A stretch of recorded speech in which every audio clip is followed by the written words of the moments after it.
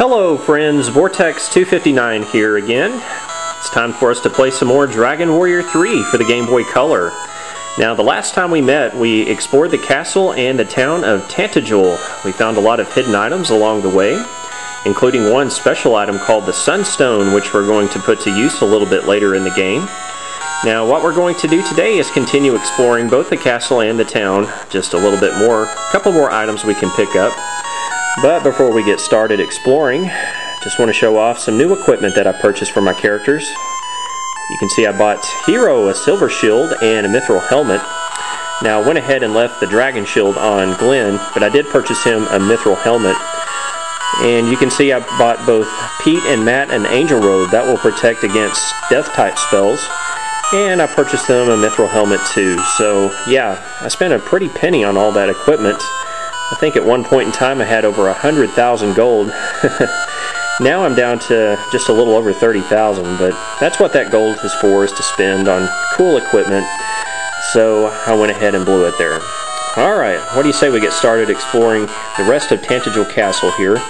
I guess we can start off by talking to this guard. He tells us about the village of Cole, which is on the small continent to the east. Now we do have a ship, so we should be able to go out to the sea in the west, then turn south and go along the coast to reach Cole. We'll reach Cole a little bit later in the game. Alright, let's continue going to the south here. Let's talk to this old man. He says, rumors say the Pixie Flute is in the village of Cole. Now if you played Dragon Quest 1, you might remember the Pixie Flute. We used that item in that game to put the golem to sleep that was blocking the town of Cantlin. In the original NES version, they renamed it Mercado in the Game Boy Color version of Dragon Quest 1. Alright, let's go outside onto the roof of the castle. There is somebody up here special we can talk to.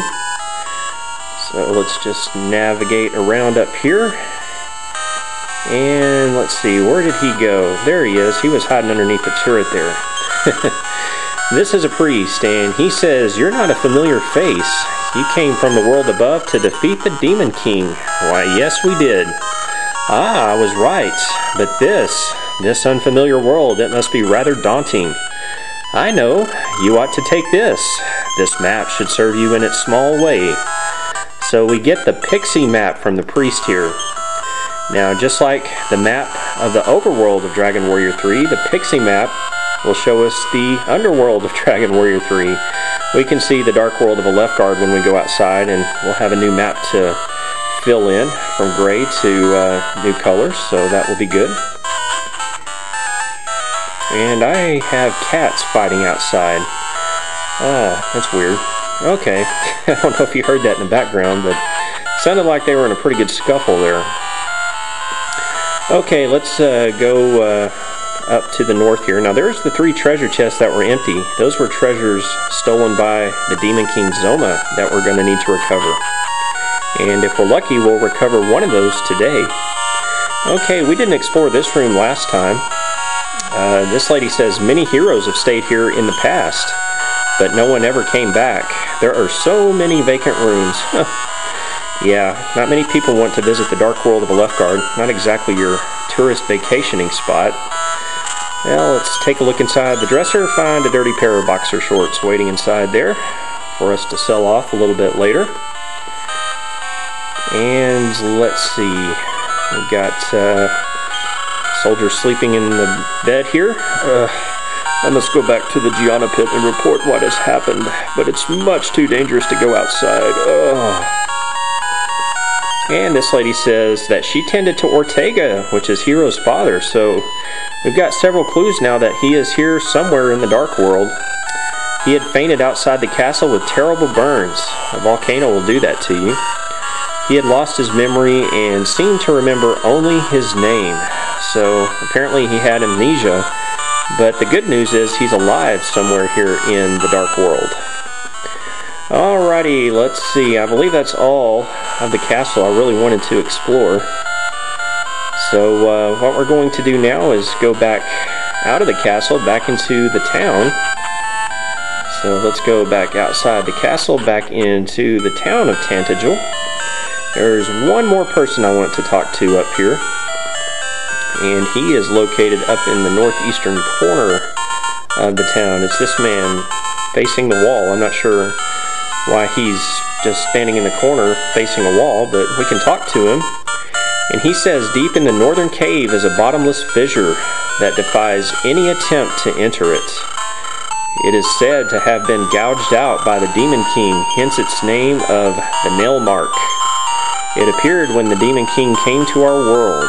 So there is a cave to the northwest of Tantegel called the Nail Mark, and that's the next place we're going to visit.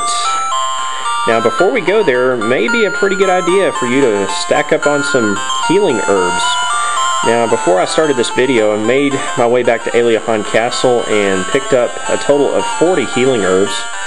The reason that's going to be important is because you cannot use magic in that cave of the Nail Mark. So there's some pretty tough enemies inside there, so it'll be important for us to have those healing herbs handy. Now you can also see that I went ahead and put the bolt rod, the sleep rod, and the mist rod on Pete. Now magic may not work there, but the rods do, so you can cast spells using those rods. So what do you say we go visit the Nail Mark and see what that cave has to offer? Okay, so we're back here on the overworld. If we press select, you can see we have a new map, thanks to the pixie map that the priest gave us. Whole new map of the left guard that we're going to be filling in over the course of the next several videos.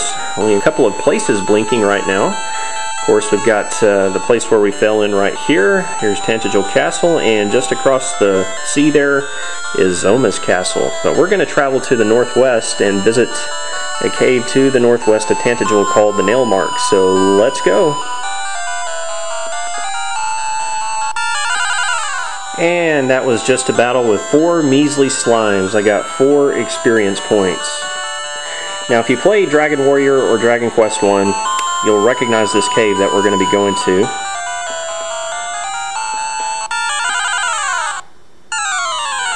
Okay, we've got a couple of new enemies we can fight here. Now, the hork-looking creature is called Ghoul, and standing next to him are 5 goopies, muddy hands sticking out of the ground. Now watch out for the goopies because they can summon a pretty powerful enemy called Grand Titan. Now that can be good for building up your experience points. If you just keep one goopy alive and let them keep summoning the Grand Titan, you can amass just a whole bunch of experience points.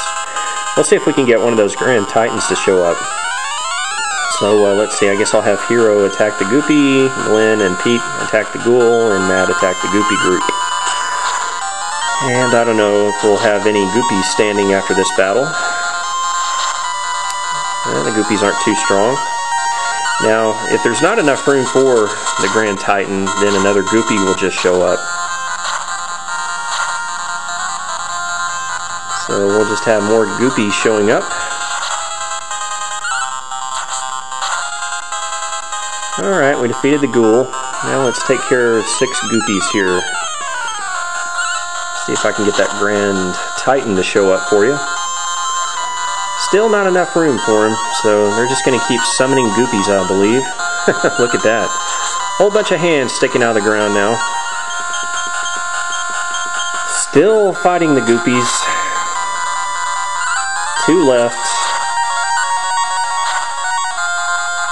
And the last goopy is going to call for help, and another goopy appears, so I guess it just takes time for that Grand Titan to appear, so I may just try to find him a little bit later. But anyway, I did get 2,837 experience points just by fighting all of those goopies, which is a lot of experience.